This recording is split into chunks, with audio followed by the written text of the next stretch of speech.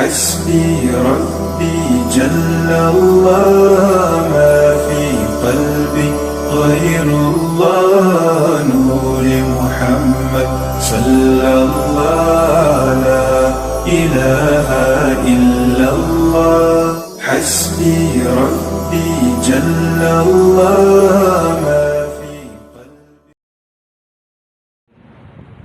أما بعد فأعوذ بالله من الشيطان الرجيم. بسم الله الرحمن الرحيم. يا أيها الذين آمنوا ادخلوا في السلم كافة. آمنت بالله صدق الله مولانا العظيم. إن الله وملائكته يصلون على النبي يا أيها الذين آمنوا صلوا عليه وسلموا تسليما. اللهم صل على سيدنا ومولانا محمد وبارك وسلم صلاة وسلاما عليك يا رسول الله صلى الله عليه وسلم. حضور برکت حضور رحمت کے لیے بلند آواز سے درود شریف پڑھیں گے. اللهم صل على سيدنا محمد وبارك وسلم. اللهم بحيلتي أنت وسيلتي أدركني يا رسول الله صلى الله عليه وسلم. اللہ تبارک و تعالیٰ کلام مجید فرقان حمید میں ارشاد فرماتا ہے اے ایمان والو اسلام میں پورے کے پورے داخل ہو جاؤ اور شیطان کے نقش قدم کی پیروی نہ کرو بے شک وہ تمہارا کھلا دشمن ہے.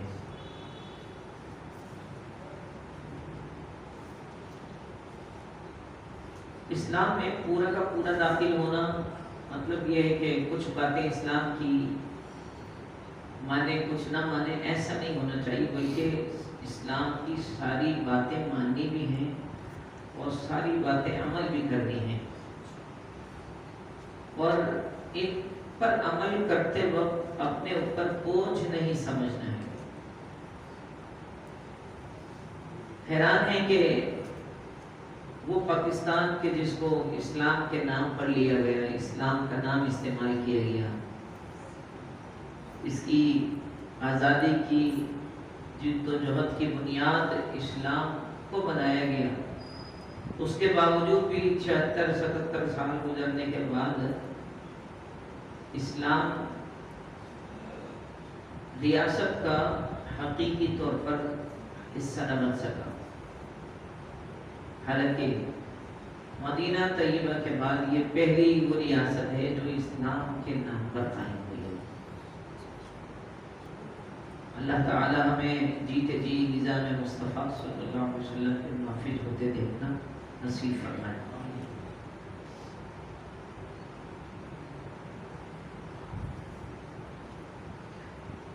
اسلام میں کچھ باتیں وہ ہیں جو جائز ہیں حلال ہیں کچھ باتیں وہ ہیں جو ناجائز اور حرام ہیں. جو باتیں اسلام میں جائز اور حلال ہیں ان کو مباح کہا جاتا ہے.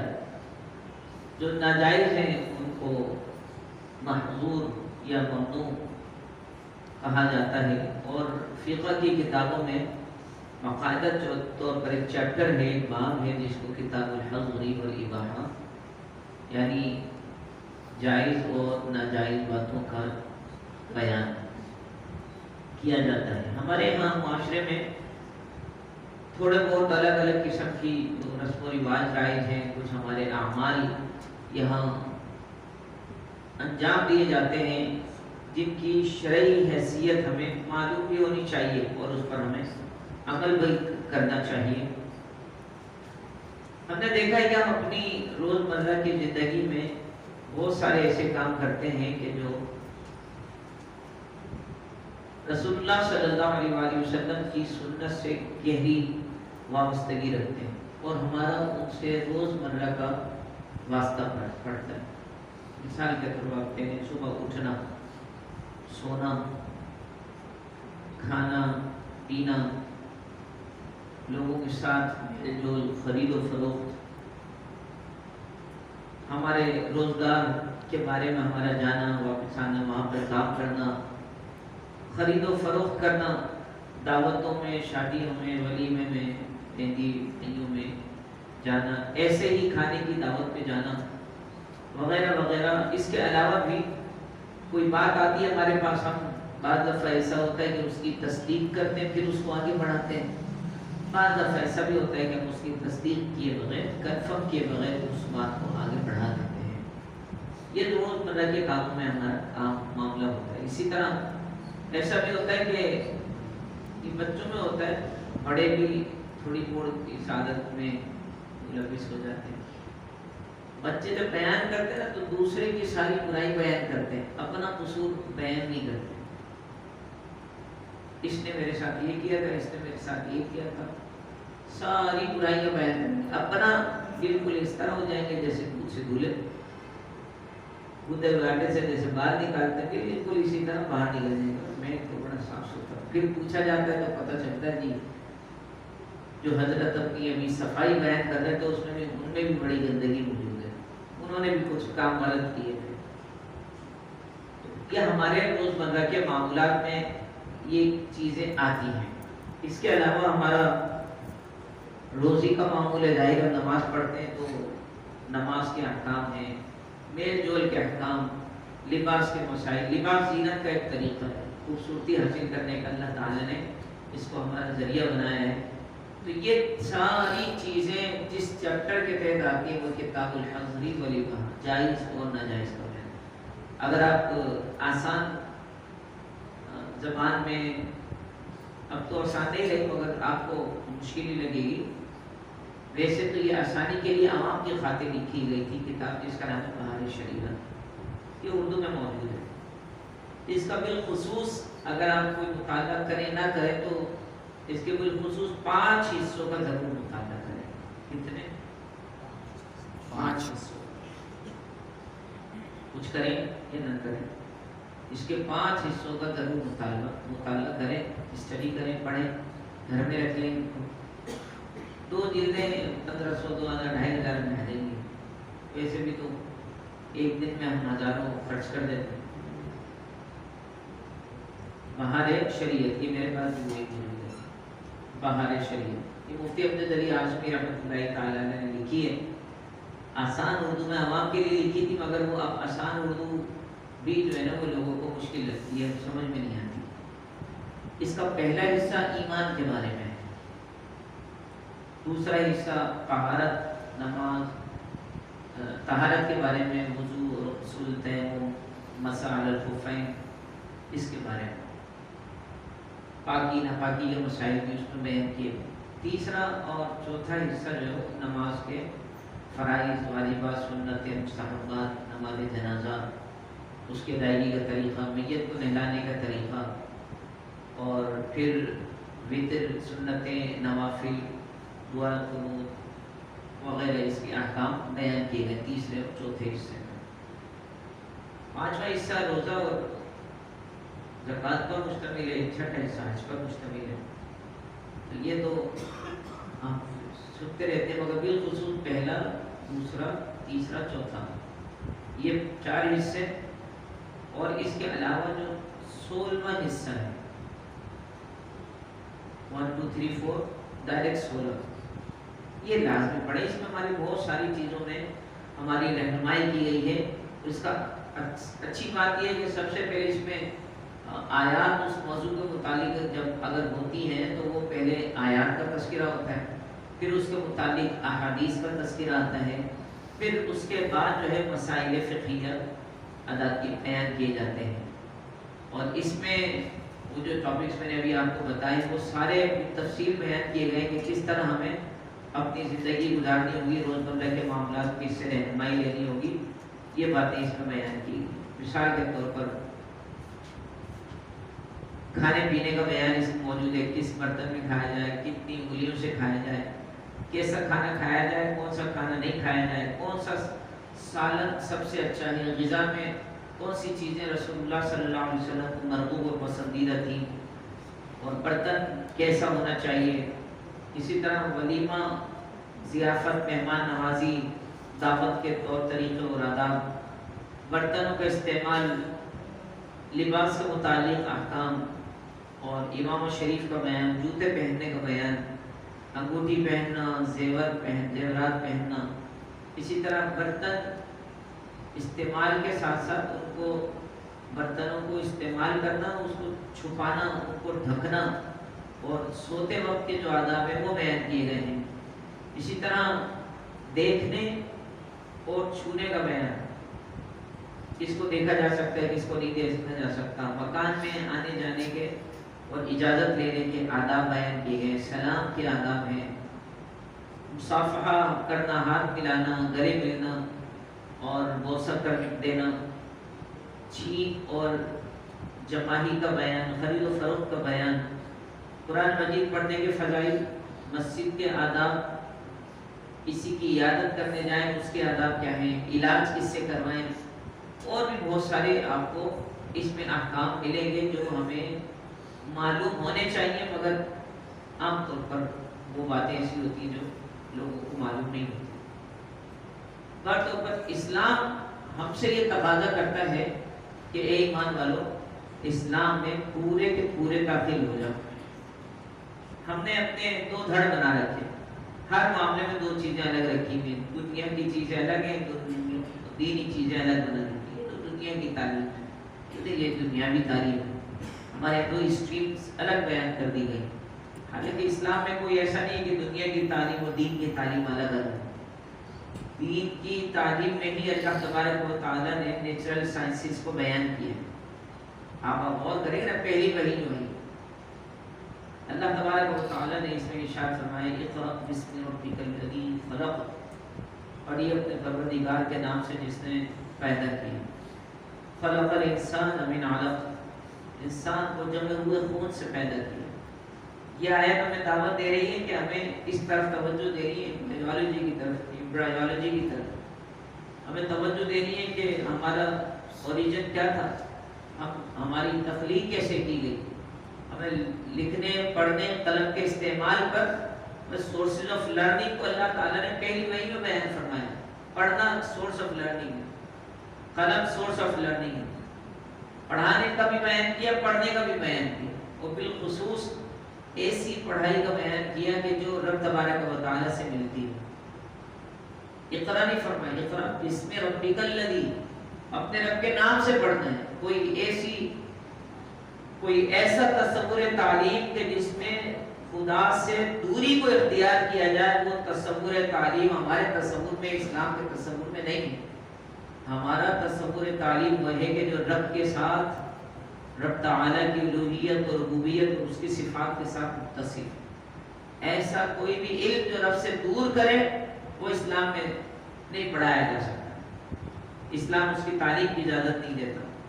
اسی طرح ہر وہ علم، ہر وہ سائنس، ہر وہ علم کی شاخ جو آپ کو یہ بتائے کہ یہ رب تبارک و تعالیٰ کی اس میں قدرت کا مظہر بیان ہوتا ہے، رب تبارک و تعالیٰ نے اس طرح اس میں اپنی صنعیت اور خلاقیت کو بیان کیا ہے، انسان کی پیدائش میں یہ باریکیاں ہیں جو رب تبارک و تعالیٰ نے اس کی پیدائش میں رکھی ہیں۔ انسان جب اس میں گھستا ہے تو پتہ چلتا ہے کتنا رب تعالیٰ نے اس ایک انسان میں، جس کی آج کوئی وقت نہیں رہی، جس کی جان کی، اس ایک جان میں اللہ تبارک و تعالیٰ نے اپنی قدرت کی کتنی کار فرمائیاں رکھی۔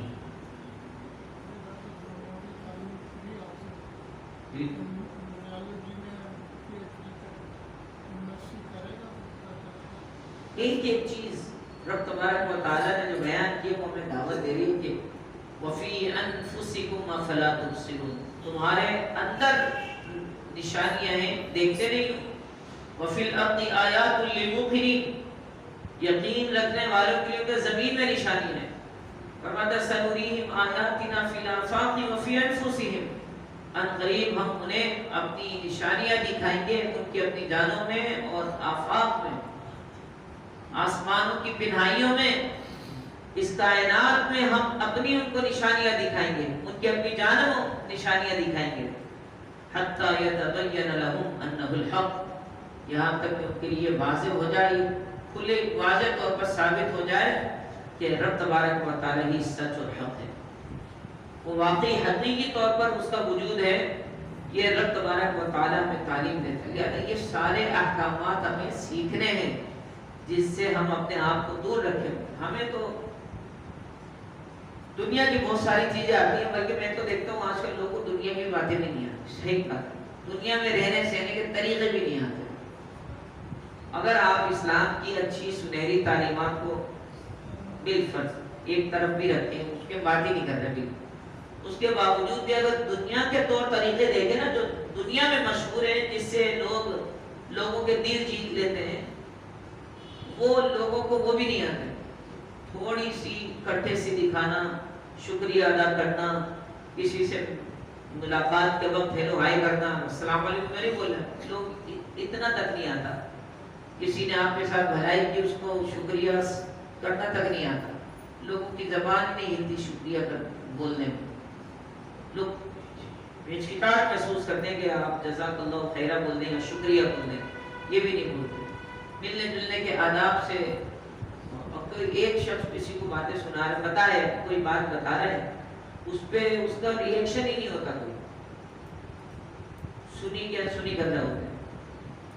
ہمارے ہاں دین اسلام کی سنہری باتیں تو ہے ہی الگ۔ آپ دیکھیں نا کیسے معلوم ہوتا ہے ہمیں، حدیث شریف میں باقاعدہ طور پر حق بیان کیا گیا ہے کہ اگر تمہارا بھائی تمہاری دعوت کرے تو تمہارا پر جانا اس پہ فرض، تمہارے اوپر فرض ہے کہ اس کو اس کے پاس جاؤ، دعوت کو قبول کرو، لازم کیا ہے نا۔ یہ انٹریکشن دیکھیں۔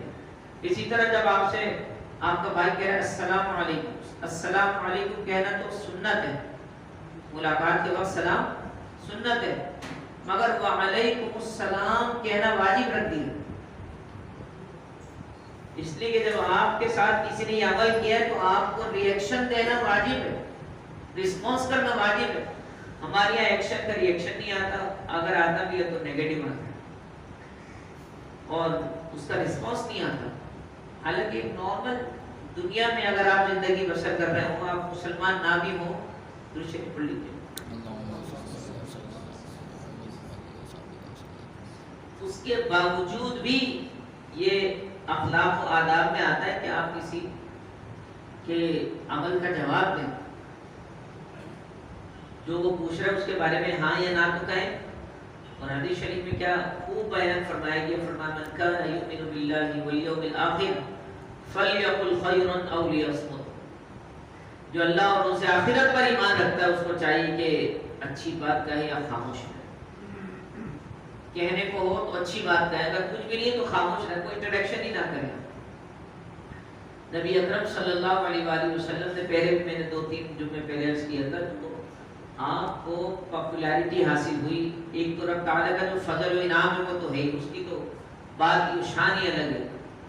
آپ دیکھیں کہ نبی پاک صلی اللہ علیہ وآلہ وسلم کا لوگوں میں پسندیدہ ہو جانا، لوگ آپ کو پسند کرتے تھے، آپ کی بات پہ یقین کرتے تھے، اس کی مین وجہ جو حضرت خدیجہ رضی اللہ تعالیٰ عنہ بیان فرماتی ہیں وہ کیا تھی، انک لتصل الرحم، آپ رشتہ داروں سے رشتہ داری جوڑ کے رکھتے ہیں، صلہ رحمی کرتے ہیں، رشتہ داروں سے ناطہ جوڑ کے رکھتے ہیں، تعلقات قائم رکھتے ہیں۔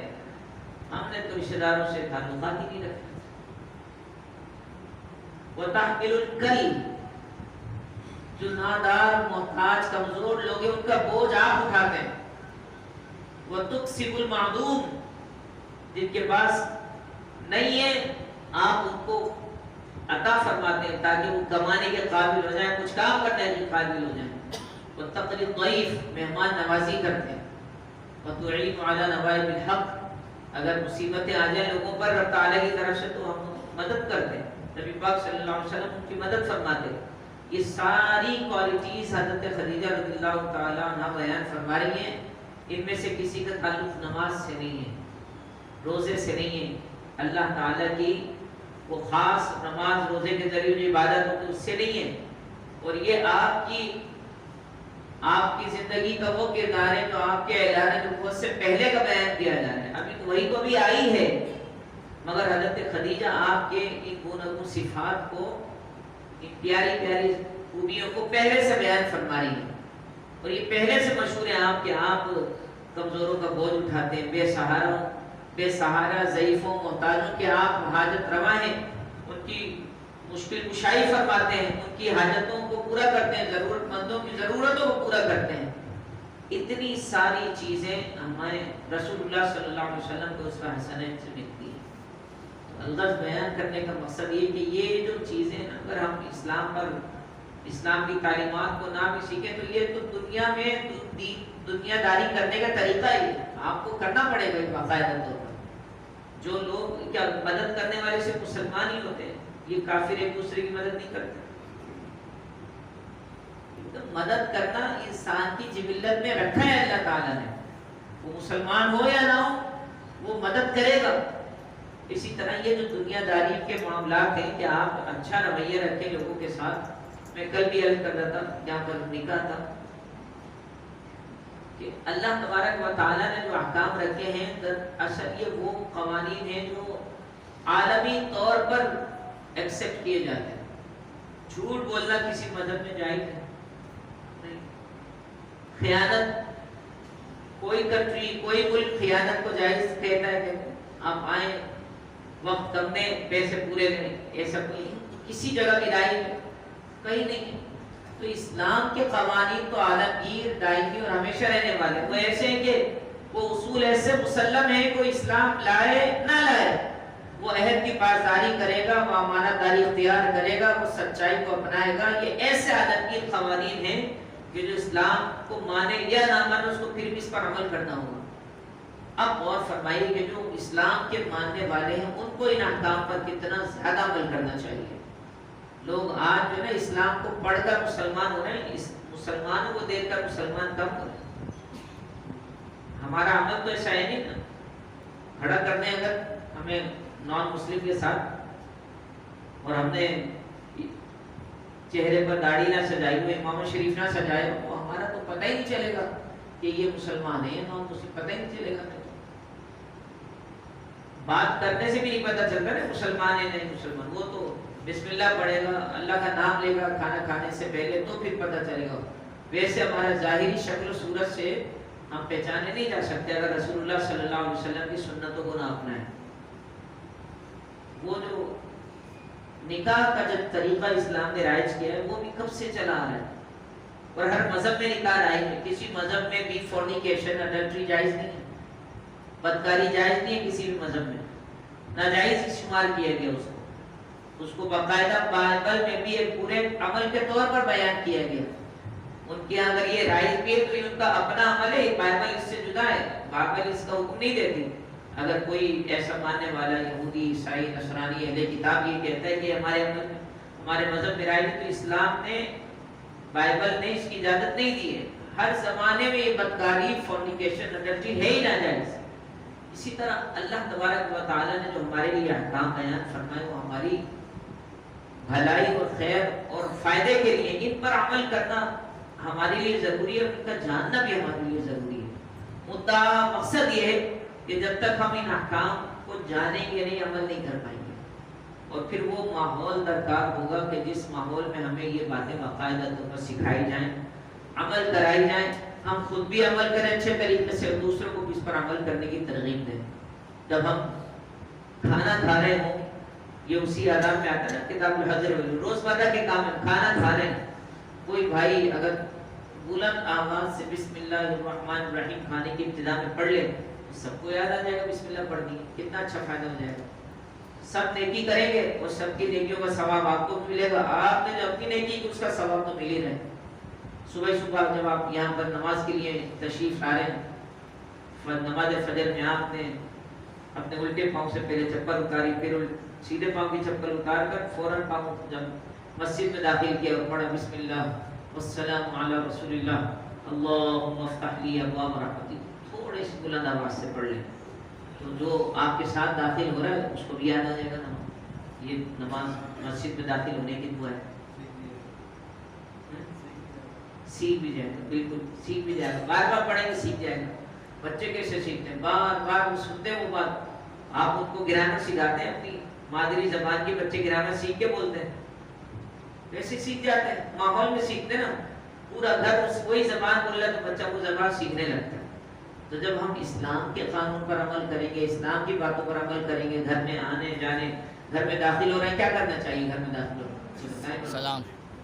ہاں، گھر میں سلام. جب گھر میں داخل ہو تو بولے السلام علیکم ورحمۃ اللہ وبرکاتہ. گھر میں گھر والے موجود ہیں، گھر والے موجود نہیں ہے، گھر خالی ہے، کیا کہیں گے؟ پھر نبی پاک پہ سلام دیں، السلام علیکم ایھا النبی ورحمۃ اللہ وبرکاتہ. اور اگر آپ گھر میں داخل ہوتے ایک مرتبہ سورۃ الاخلاص پڑھنے کا معمول بنا لیں.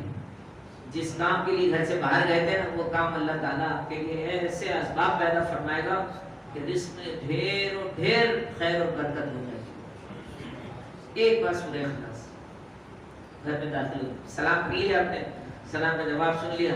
گھر میں داخل ہوتے نا، اسے تو تھکے وہ تھکن بھی ہوتی ہے، اور تھوڑا سا چاہے نہ چاہے براہ کرم اپنے چہرے پر مسکراہٹ لیا ہے.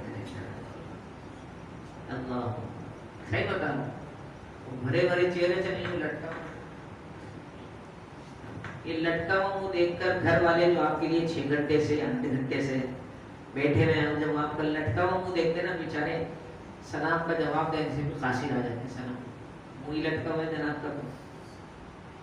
حضرت عمر رضی اللہ تعالیٰ عنہ فرماتے تھے گھر میں بچوں کی طرح رہا کرو. آپ جو افسر ہیں، امام صاحب ہیں، قاری صاحب ہیں، ٹیچر ہیں، آفیسر ہیں، باہر ہیں، گھر کے اندر تو آپ گھر کے فرد ہیں.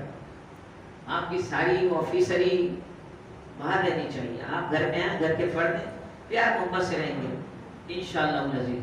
تو یہ گھر میں داخل ہونے کے آداب ہم سیکھیں گے. سورہ فاتحہ گھر میں داخل ہونے کے بعد بسم اللہ درود شریف اور سورہ فاتحہ پڑھیں تو انشاءاللہ العزیز اللہ تعالی رزق میں خیر و برکت عطا فرمائے گا. پھر گھر والوں کو بھی کچھ باتیں بیان کرنی ہوتی ہیں. گھر میں ماں بدولت سودا لائے ہیں، 12 آئٹم بولے تھے، 10 آئٹم مل گئے. وہ بیچارہ محنت کر کے 1 دکان 2 دکان 3 دکان سے وہ 10 آئٹم کر پائے، 2 آئٹم رہ گئے. تو وہ جو ہمارے صاحب خانے نے وہ پوری لسٹ پڑھتی، پوری لسٹ پڑھنے کے بعد سامان دے گا، یہ تو لائے نہیں. نہیں والا جملہ ہے یہ نکال دیں بھائی آپ نے ڈکشنری سے. یہ ناٹ والے جملے زندگی سے نکالیں. یہ نہیں لائے جملہ ہی پہلا یہی ہوتا ہے. جو 10 چیزیں لائے وہ پہلے لانے کا تو بولیں. ہم نے لانے والی چیزیں نہیں بتائی. یہ یاد رکھیں، یہ دنیا کے اصول ہیں. اسلام آپ کو بتائے نہ بتائے، یہ ویسے ہی مطلب بائی نیچر انسان کی فطرت میں یہ ہے کہ وہ پہلے شکریہ تو ادا کرے 10 چیزوں کا. نہیں پہلے ناشکری 2 چیزوں کی کرنی، اس کے بعد پھر باتیں سنا کے اس کا دل جلا کے اس کے بعد کہنا ہے چلے اچھا تو بات کے لیے آئیے. پہلے تو دل جلا دیا آپ نے. مومن کے دل کو خوش کرنا، یہ نبی پاک صلی اللہ علیہ وسلم فرماتے ہیں کہ ادخال السرور فی قلب المسلم، مومن کے دل میں خوشی داخل کرنا یہ اللہ تبارک و تعالی کے نزدیک سب سے محبوب ترین پسندیدہ عمل ہے. محبوب پسندیدہ ترین عمل ہے. اسی سے ہم ناواقف ہیں. آپ 10 چیزوں کے بارے میں جزاک اللہ خیر آپ ٹائم میں رہنا. بچوں کو چاہیے جیسی گھر میں آئے نا والد صاحب سامان لے کر، تو ان کے ہاتھ میں جو سامان ہے وہ لے کر رکھ دیں. بیچارے وہ پورے ہاتھ میں لیے جہاں رکھنا ہوتا ہے بورچی خانے میں جا کر وہاں رکھتے ہیں. بیگ ہوتا ہے وہ اٹھا کر ٹیبل پہ جا کے رکھتے ہیں. وہاں پہ جو بچے موجود ہیں، گھر والے موجود ہیں، ان کو کہتے ہیں وہ لیں. یہ میں گھر گھرستی سکھاتا ہوں. کوئی اسلام نے کہا ہے پورے کا پورے اسلام میں داخل ہو. اس کے علاوہ بہت ساری چیزیں، یہ تو بہت سارا ٹاپک ہے، لمبا چلتا رہے گا. آپ یہاں 10 گھنٹے بیٹھے رہیں گے، میں 10 گھنٹے کی بیان کرتا رہوں، ایک کے بعد ایک. مگر یہ باتیں صرف ساری بیان تو نہیں کہ ہمارا جمعہ تو ایک دن آتا ہے، اس میں بھی آدھے گھنٹے 35 منٹ کی تقریر ہوتی ہے. بس ابھی ختم ہو گیا ٹائم، ساتھ گھڑی دیکھ رہے ہیں، ٹائم تو ختم ہو گیا، 2 منٹ بعد ختم ہو جائے گا. ابھی تو گھر کے اندر داخل ہوگا، گھر کے اندر مزید کیسے رہنا یہ تو بیان کیا نہیں. سونے کے آداب نہیں بیان کیے، کھانے کے آداب بیان نہیں کیے، چھینکنے کے آداب، جماہی کے آداب بیان نہیں کیے. بہت ساری باتیں جو ہمیں سیکھنی ہے. ہم میں سے کس کس کو سونے کے جاگنے کی دعا آتی ہے؟ گھر میں داخل ہونے کی دعا کو سنا دیں ذرا، مجھے پتہ چلے. یہ بھی دعا سیکھنی ہے نا، گھر میں داخل ہونے کی دعا. ہاں بچوں مدرسے کے طلبہ سناؤ کون سی دعا؟ بسم اللہ توکلت علی اللہ یا دوسری والی اللہم انی اسألک خیر وہ تو نکلنے کی ہے. سنا دے نا، کسی کو تو آتی ہوگی گھر میں داخل ہونے کی دعا، تو سیکھنا چاہیے نا پھر ہمیں. اللہم انی اسألک خیر المولج و خیر المخرج، بسم اللہ ولجنا بسم اللہ خرجنا وعلی اللہ ربنا توکلنا. ملتے جلتے 2-3 الفاظ مروی ہیں اس میں. تو یہ دعا گھر میں داخل ہونے کی، جب گھر سے نکلتے ہیں تو بسم اللہ توکلت علی اللہ لا حول ولا قوت الا باللہ. یہ بنے جب کوئی کام کے لیے جا رہا ہوں نا، میں اکثر پہلے بھی بیان کرتا ہوں، جب کسی اہم کام کے لیے انٹرویو کے لیے جا رہے ہیں، کسی اہم کام کے لیے جا رہے ہیں، دو فریقین کے درمیان مسئلہ حل کرنے جا رہے ہیں، گھر سے باہر نکل رہا آپ کا بھائی، آپ کا بیٹا، آپ کا شوہر، آپ اس کو کہہ رہے ہیں یا راشد یا نجیح، یا راشد یا نجیح، آخر میں ہاں ہے. اللہ تعالیٰ تمہیں ہدایت دے، اللہ تمہیں کامیاب کرے. یہ تو عربی کے الفاظ ہیں، رسول اللہ صلی اللہ علیہ وسلم نے بیان فرمایا یا راشد یا نجیح. کتنی پیاری ہماری اسلام کی تعلیم ہے جس سے ہم واقف نہیں، بے خبر ہیں.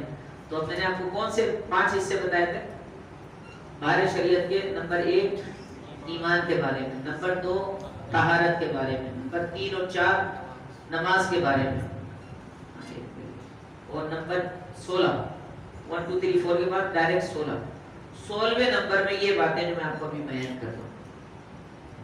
16 نمبر ہے آپ کے پاس. بارش شریعت کس کس کے پاس ہے گھر میں؟ ماشاءاللہ آپ کے پاس. اور کس کے پاس ہے بارش شریعت گھر میں؟ آپ کے پاس بھی ہے. 2 3 4 ماشاءاللہ، ٹھیک ہے. اچھا ایک اور سوال کرنے کی اجازت ہو. پہلا حصہ کس کس نے پڑھ لیا؟ میں نے پڑھا ہے 4-5 بار پڑھا ہے. ایمان کے بارے میں نہیں، ایمان کیا ہے، کفر کیا ہے، پہلا حصہ اس کے بارے میں. امامت کس کو کہتے ہیں، کفر کس کو کہتے ہیں، خلافت کا ترتیب کیسی، یہ ساری باتیں اس میں لکھی گئی. صحابہ کے بارے میں کیسا نہیں ہونا چاہیے. پڑھیں گے نہیں پڑھیں گے، پڑھنے کا ویسے شوق نہیں، موبائل دیکھنا ہم سب کو شوق ہے، مجھ سب ہے صحیح. پڑھنے کا بھی شوق ہے مجھے الحمدللہ. آج بھی اگر میں کہتا ہوں میرے گھر کا کوئی خرچہ برداشت کرنے لگے تو پڑھنے جاؤں، میرا مفتی کا گوشت باقی رہ گیا. یہ دیکھیں. اچھا اگر آپ خرید نہیں سکتے اس کو ڈاؤن لوڈ کر لیں، اویلیبل ہے اس کی اپلیکیشن، 2-3 لوگوں نے بنائی، اویلیبل ہے. اس کا ایک ایک حصہ تھوڑا تھوڑا کر کے روز ایک صفحہ پڑھیں بھلے سے،